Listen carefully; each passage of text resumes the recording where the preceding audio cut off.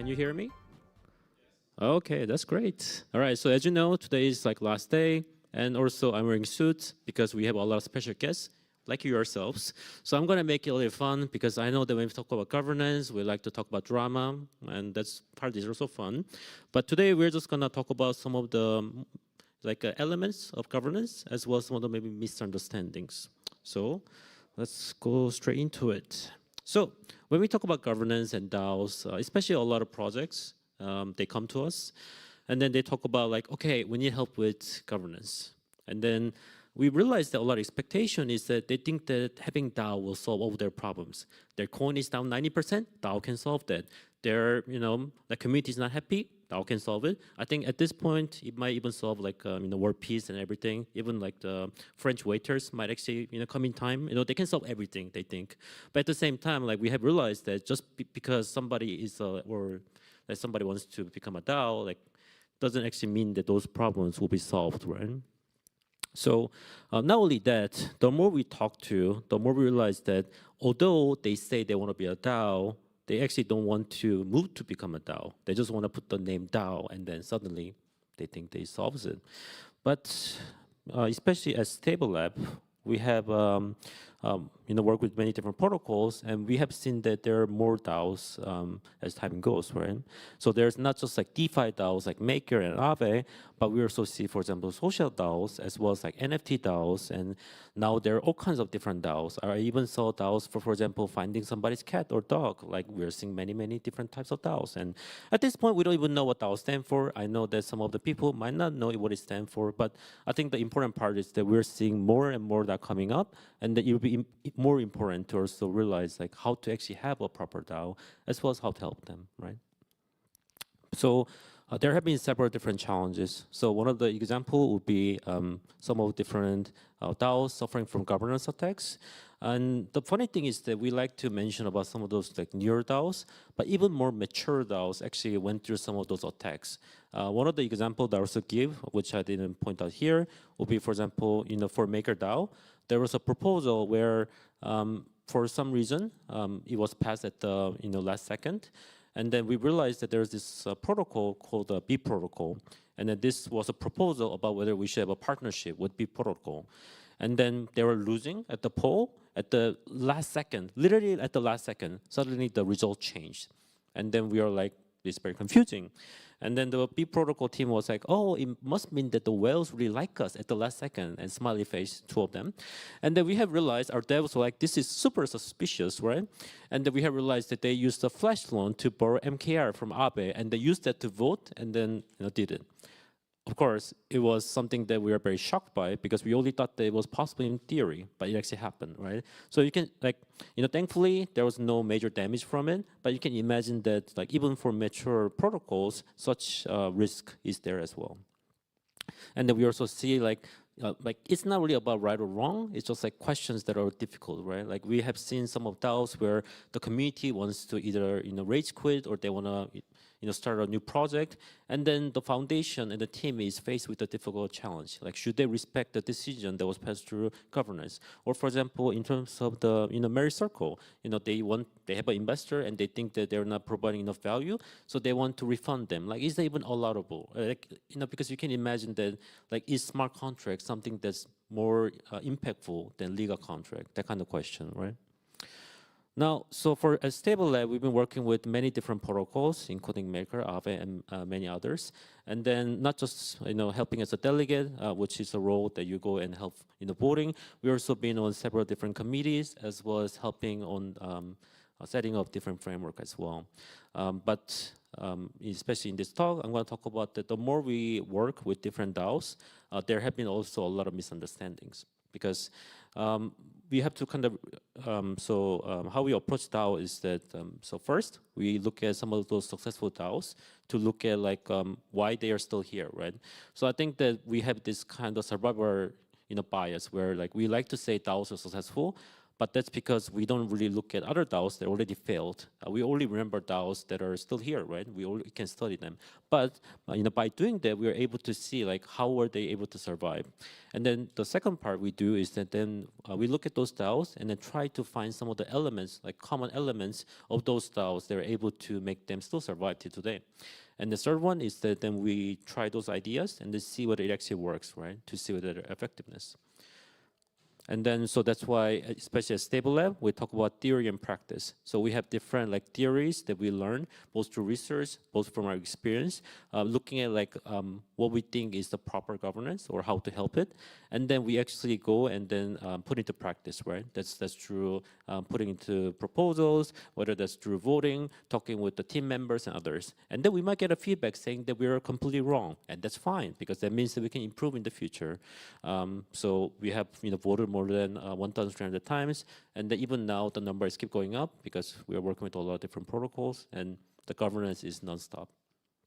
So we also created a DAO meter to help DAOs understand better about their DAO health. So in terms of governance, so we try to go there and then help them give some, so it's not necessarily about like how decentralized they are. It's more about how mature their DAO is. Looking at some of DAOs that have been here for quite a long time, including Maker and Aave.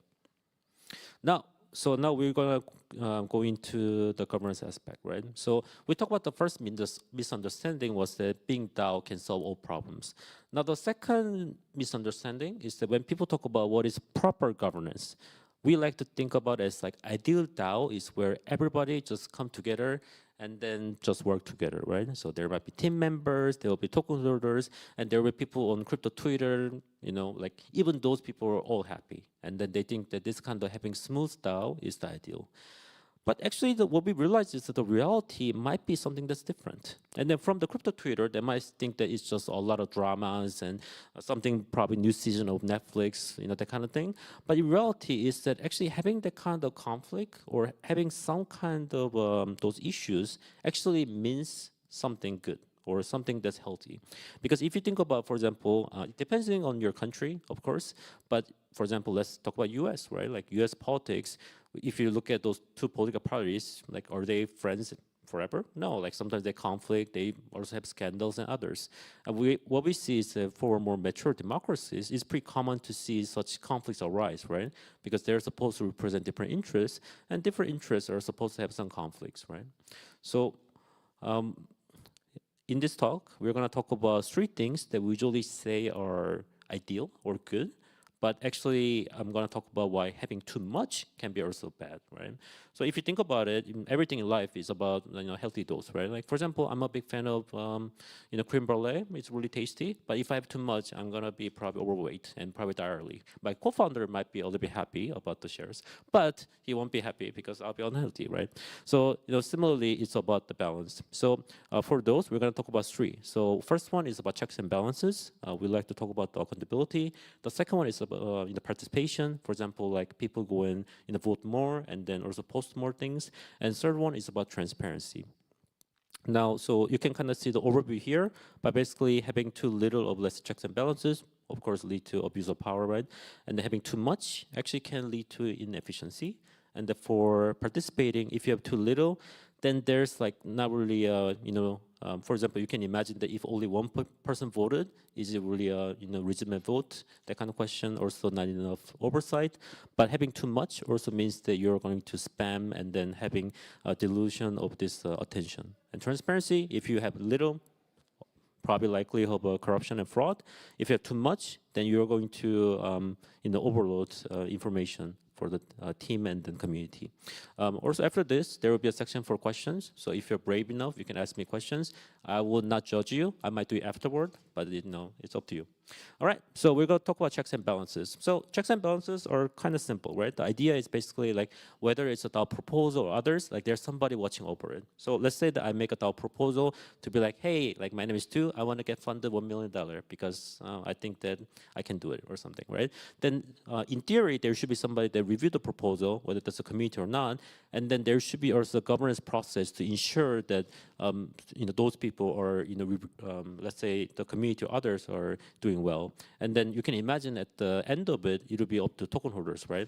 even if it's working well, token holders are not happy, then they should be able to voice their opinion and to participate. So that's kind of the check and balances that we know. And then having too little can lead to a lot of different questions. And there can be a lot of good examples. And this is, so one of the example we know is from Harmony, right? So they did a lot of different grant program. And then it's not the grants themselves are bad per se, but it's all about like, there were not really a way to check like how the money was spent. And then there was also a lot of accusation that how they provide the grants were based on a lot of like, personal connections, sometimes even family connections, right? And we also seen that, especially if you look back, there have been some of the foundation, others, they were basically nearly bankrupt because some of them they were found, like for example, for NEM, which is more popular during like 2017. So basically, their founder took the money and they funded his other startup, right? So you can see that without these checks and balances, you might see a lot of these, especially budgets, not really spent well. And then this is also true for some other DAOs. So for example, we have seen that for Uniswap, that's also the reason why they create the accountability committee, which we are there, because the reason is that they fund a lot of different projects, but there was not enough oversight as well as like ways to track it. Of course, they're now doing much better, and then they also learn from their mistakes, just like any other DAOs. But it's a good example of how checks and balances are needed. And then you also I also hear a lot of this argument where it's like, oh yeah, but you can trust the team. They don't seem like people who would like just rug pull or run. Or sometimes I also heard a lot of people, this is true, tell me that their founder is French, therefore they always are good, which I'm not sure whether that's true. The food is true, but you can imagine that like just trusting the founders and the team itself is not sufficient. And we have seen that a lot of times, like even for large foundations and large teams, that just trusting them to do well is not enough. That's why such are definitely needed. Now, but you can have actually opposite side, which is having too much checks and balances, which seem a little bit weird, but if you think about it, it also makes sense, right? The idea of checks and balances to ensure that the process, so there's no, let's say, group that gains too much power. But if you have a system where many different people can basically veto and voice their opinion, that it also can cause a problem. So one of the example is, so this is for a previous one. So this is before Endgame. And then what you kind of realize is that for real world asset, to be a collateral, what you have to do is that not only you have to go and get approved from, let's say, so first you need to go through collateral onboarding. Okay, so you have to get green light from there, and then you have to go to Oracle and then get the price in those and then approve there, and then you have to look at the risk and get approval there, and then it would become almost like a collecting Pokemon, right? And then the funny part is that even if you collect all those Pokemon cards, you also have to go through other one, which was like for real asset, they also had to go through real asset team, and then not only that, you have to also go through governance and others. So basically, what it meant is like even if it's something that was high quality, let's say collateral, like because you had to go through so many process and all of them had to say yes, even if one group said no, there's not really a good way to resolve the conflict, right? Which is also part of the reason why Endgame is here to solve this, but you can imagine that this kind of too much checks and balances actually led to this kind of gridlock. Now, another is participation, right? And then we, especially a lot of DAOs, want to have more participation. And it kind of makes sense, right? The idea is that basically you want, especially have a lot of different parties to share their opinions, right? And then, it is true. Like, if you look at a lot of different DAOs, like, for example, this is an example from Uniswap, but this is true for many DAOs, where it's like, so you can see that only like 6% or 7% of people vote. And then, especially across DAOs, like most of them are, below 10%. And then especially for small holders, their participation is even lower, because for large let's say holders, they might delegate their tokens, but for small ones they don't even bother delegating, which is partly the system, right? Because if you only hold little, maybe you don't think that your voice matters, or it's also possible that for especially DAOs on Ethereum, like if you delegate, you have to spend more in gas, which also sometimes happen to us as well, right? So you can see that there's a very little participation, which many are trying to improve.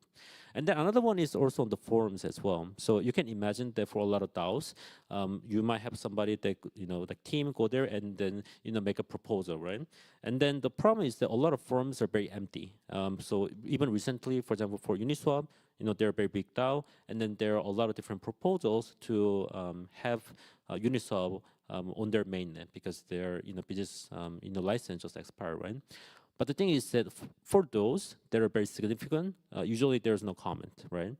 And then, so this can be problematic, right? Because you can imagine that if you post something and there's no feedback, and then it goes to voting, well, because the community or the people didn't really review it, there's not really proper kind of oversight, right? Review, and then like even if they, let's say, there was voting and it went through, like people might not really understand what they voted on, right? And then it also becomes a problem even if the proposal failed, because you can imagine, let's say I'm a team and then I wrote a proposal and then I posted it, nobody gave me any comments, and then I go there and then I posted it and the people vote against it and it failed. And then I asked the committee, like, okay, the voting failed, why did it fail? And nobody gives me an answer, right? Then this becomes problematic because I don't even know how to improve like the proposal to pass the second time.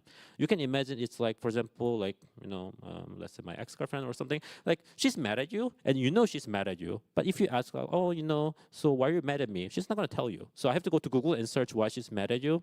I know that some of you guys after this talk is going to give me some dating advice. I do appreciate that, but you can imagine like it becomes problematic for DAOs because then those, like especially you're then taking away a lot of the attention and time from the DAO, right? And there are also people who make proposals. So having this kind of participation are very needed, both from governance aspect and also from the especially forum side as well. Now, but you can have a lot of people participating as well, which can happen, especially on some of DAOs that just had airdrop, and as well as like DAOs that are very speculative, where basically you see on the forum others, and people are just asking about airdrop. This happened not just like Uniswap and Optimism, but many others as well. Basically be like, hey, I saw that I didn't get the airdrop. I think we should have this like proposal up. Or like people might also comment on it, right? Be like, hey, I don't like this part. And then to be honest, like I think the people participating in governance are good. Doesn't necessarily mean that their literacy rate or intelligence rate are necessarily high, which is fine. We want diversity. But you can imagine that this can be also problematic as well, because it's very difficult to know, for example, whether this proposal is good or not, unless you check on it. And then for people, they only have 24 hours. So you can imagine that it can become a problem, especially from the team that deals with governance. And then this is also happening with Lido as well. So if you look at the Lido airdrop and you might be thinking, okay, I'm going to go and try to vote on it because I'm going to get airdrop. No, then you're going to get your private key stolen because this is actually a scam link.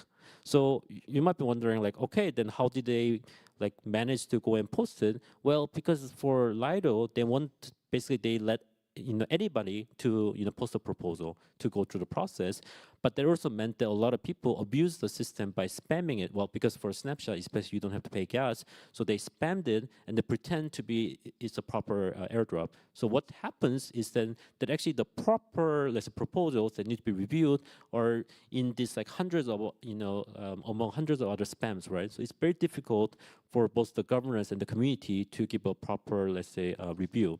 Now the team is aware of it. I know they also been thinking about different ways, but I think this is one of those examples where having this kind of too much participation from let's say low quality or even like abusive way can really exploit the system and actually undermine it, right?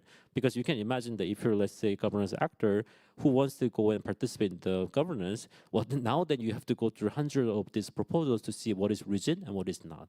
And that's also why having the kind of framework to potentially filter out some of those might be very needed.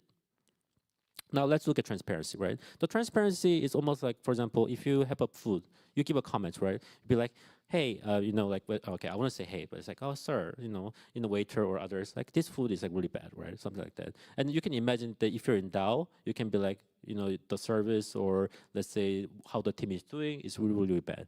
But what happens if there's not enough transparency, right? Then it's really hard to see how the money is spent, how it's going, and everything, right?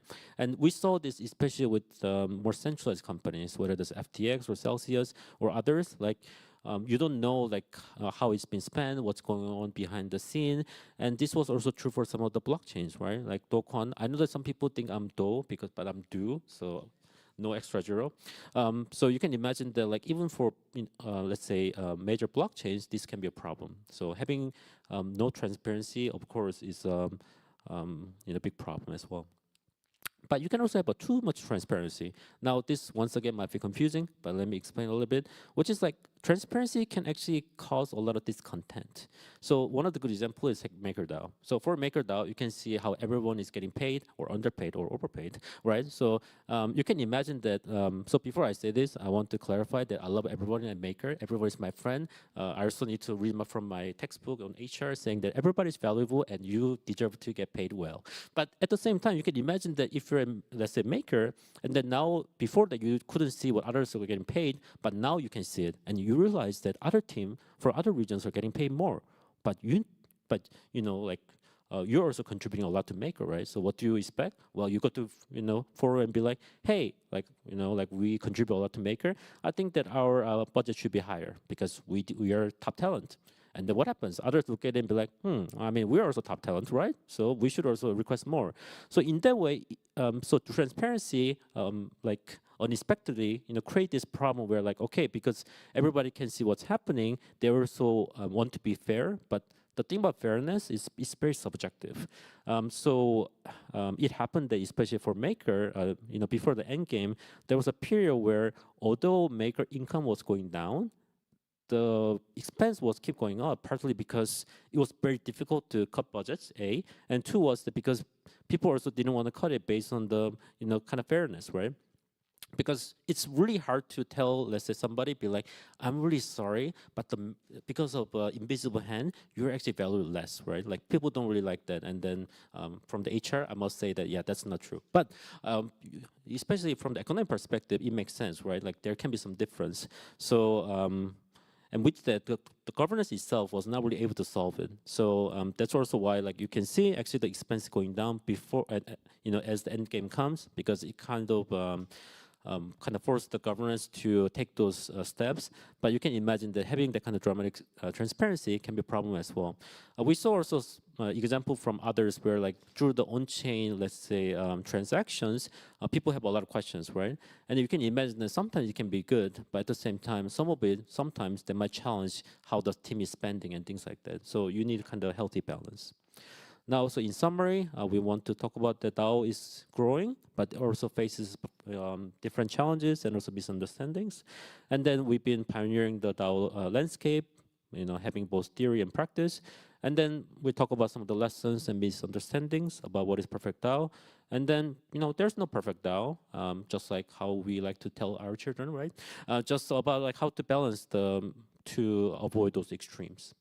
Now, so that's kind of it for my talk. You can feel free to message me, Twitter or email. And then thank you so much. But I'm also going to take questions because that's the most fun part.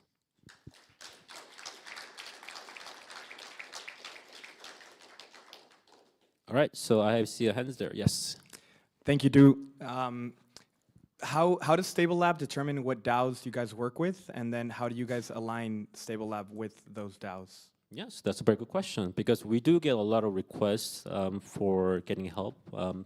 For us, what's more important is like whether those DAOs are very serious about like getting improvement in, let's say, governance. Because you can imagine that you can be let's say, governance or let's say a protocol that wants to, let's say, oh, they need help with governance, but they just want the governance theater. It's not really interest for us, as well as like, because that also means that, so even if you have those theories and practice, we cannot really apply it, right? So I think we value those more. And of course, we have a lot of preference for DAOs that already been around, because that means that there are also a lot more that we can apply, right? Because you can imagine for newer DAOs, they also have their own strengths and weakness, but for DAOs that have been also around, that also means that some of the problems that we saw in other DAOs are also present there, right? And then we can go there and use our experience to help them. Yep. So others also raise hand? Yes. I wanted to know about spending limits, which is something that a lot of DAOs think is good to impose discipline. Do you know of examples of DAOs setting an annual spending limit and how they go about that process of consensus? Yep, sure. So that's a good question about like spending limited examples as well as whether they work. I think that it can work and not, because if you think about it, actually a lot of committees as well as grants are based on those budgets, right? Like for example, compound grants committee we're on as well, like they have a limit for example 800K ish, right? Or for example for Maker also try to have a budget. Only problem that we realize is that especially for more decentralized DAOs and more mature DAOs, this budget limit becomes like a public good. So what I mean is like if you understand from public good, it's okay if you slept through Econ 101, I did too. But you can imagine that public goods means that a lot of people will try to exploit it, right? Because if they're not in the first one, then it might be possible that they might be the last one. And there's not enough incentive to ensure there's a proper supply and demand. And you can imagine that if there's a budget limit, if you're a team, you try to get the most, right? So instead of trying to everybody agree to have a fair budget, it becomes the issue of like, okay, like they want to basically fight for it. And then usually it becomes very difficult to implement it in the first place. So I would say that for single, like the division or like domain, it can work. And we have seen that, usually it can be, especially with accountability or like a reviewer, it can work. But as a DAO as a whole, it can be problematic because once again, the problem becomes, okay, A, who watches who, right? Everybody's like, okay, like who watches the Watchmen, that kind of question. And the second one is that once you have that kind of budget limit, then among DAOs, unless you have a kind of entity that can decide on it, it becomes a question about like, because nobody can make a decision, everybody just fight for, larger share. And it's kind of both from the governance as well as time and resource, it becomes a hassle as well. All right, yes, question. Yes. Hi. So, are there any key metrics in order for an organization to be called decentralized and also autonomous? So, and if you can refer to some of these metrics and the thresholds. Yes, so that's a good question. And then there probably isn't like a right answer per se, but you can imagine that what we mean by decentralized or mature is also about like how vigilant they are, right? Because you can imagine if you're a DAO and then you're just relying on, let's say, a single person or a single entity, probably not the most decentralized one. But if, for example, such decisions and others are made by various groups and also worked by different domains, it probably means that it's more decentralized. And then I think that that's why, like, I know that there are some, both on Twitter as well as here, probably thinking like, oh, like MakerDAO is like very centralized. But at the same time, like if you look at Maker, one of the good thing about also Maker is that Maker really respects the decision by the governance, right? So it's not like, okay, there's a decision by governance and be like, hey, I don't agree with this, I'm gonna just not follow it. Like sometimes, Maker has made decisions to basically, for example, lay off half of its people, and we follow through it, So I can say that those will be some of the examples. All right, so I think we still have a little bit, like maybe one or two more questions. No time. Okay, no, never mind. All right, well, thank you so much for coming, and I hope you enjoy.